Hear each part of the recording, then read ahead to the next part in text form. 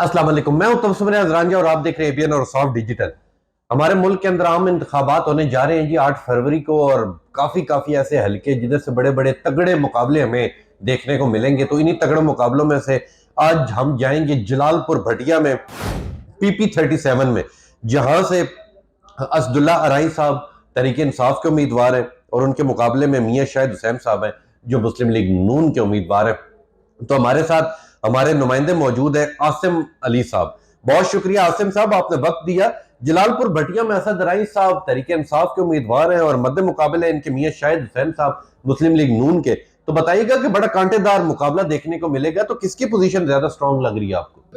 जी शुक्रिया रांझा साहब। अगर बात की जाए हल्का PP37 में मुकाबले की, तो यहाँ पर पाकिस्तान मुस्लिम लीग नून के उम्मीदवार मियां शाहिद हुसैन भट्टी और इस्तेकाम पाकिस्तान पार्टी के उम्मीदवार मियां मामून जाफर तारड़ के दरमियान जो है वो इंतहाई सख्त मुकाबला था।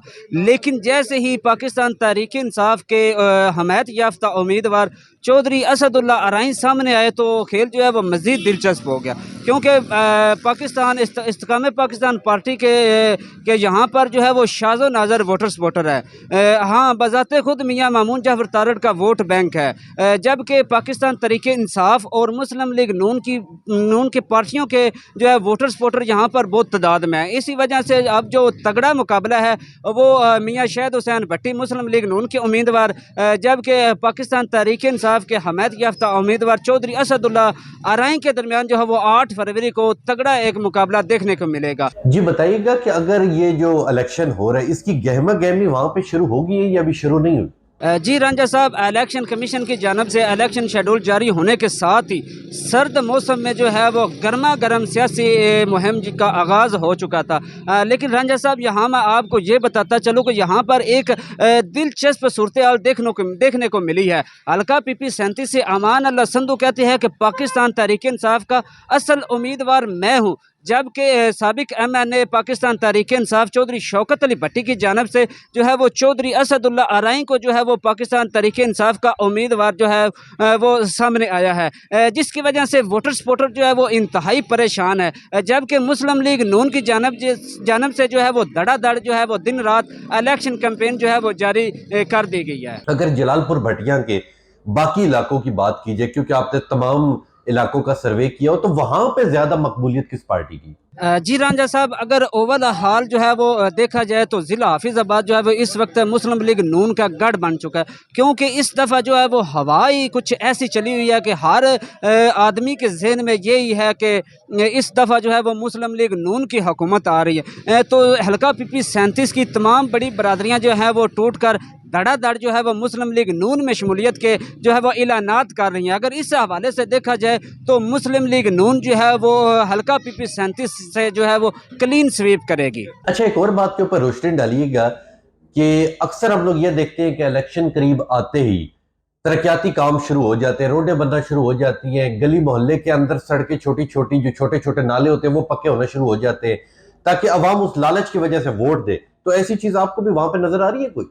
जी रांझा साहब, वैसे तो इलेक्शन शुरू होते ही जो है वो तरक्याती काम भी शुरू हो जाते हैं, लेकिन जलालपुर भटिया हल्का PP37 में अजीब जो है वो एक उल्टा मंजर सामने आया है कि दुकानों के आगे से जो तामीर शुदा जो नाले थे उनको जो है वो उखाड़ दिया गया है, जिनको तकरीबन 2 माह होने वाले हैं, जो वैसे के वैसे ही पड़े हुए हैं, जिसकी वजह से दुकानदारों के काम जो है वो मुतासर हो रहे हैं। दूसरी तरफ शहर की जो है मेन सड़कें जो है पिंडी रोड हाफिज़ाबाद रोड जो है वो तामीर करवाने के लिए उखाड़ दिए गए थे, लेकिन अभी तक वो भी जो है वो ठीक नहीं हुए। जी बताइएगा कि अगर PP37 की बात की जाए जलालपुर भटिया की, तो वहां पे बेसिकली ज्यादातर बुनियादी मसले मसाइल कौन कौन से? हाँ जी रांझा साहब, आपने ये सबसे इम्पोर्टेंट और अहम सवाल किया है मसाइल के हवाले से।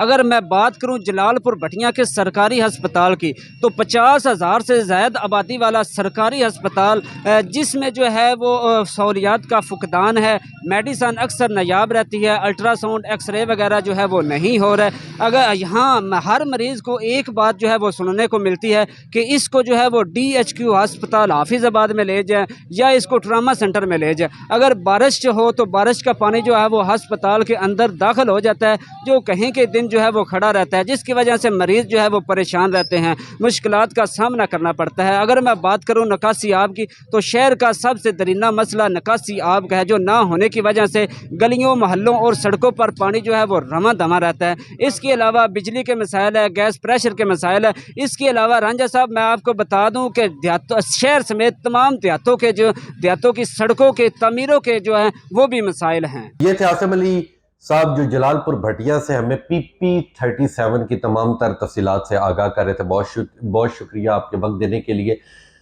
होता क्या है कि अक्सर जो हमारे नुमाइंदगान होते हैं ये मुख्तलिफ शहरों में जाते हैं, सर्वेस करते हैं, तो अक्सर तकरीबन उस तरह का भी रिजल्ट निकल आता है, मगर अक्सर उसके बरक्स भी निकल आता है। तो ये अब जो इस PP37 में बड़ा तगड़ा मुकाबला देखने को हमें मिलेगा, तो अब इसका फैसला 8 फरवरी को होगा और 8 फरवरी को अवाम फैसला करेगी कि वो किसे जितवाना चाहती है, किसे हरवाना चाहती है, और कौन जीत के मुल्क का वज़ीर-ए-आज़म बनेगा, कौन हुक्मरान बनेगा और कौन अपोजिशन में बैठेगा और कौन हार ही जाएगा।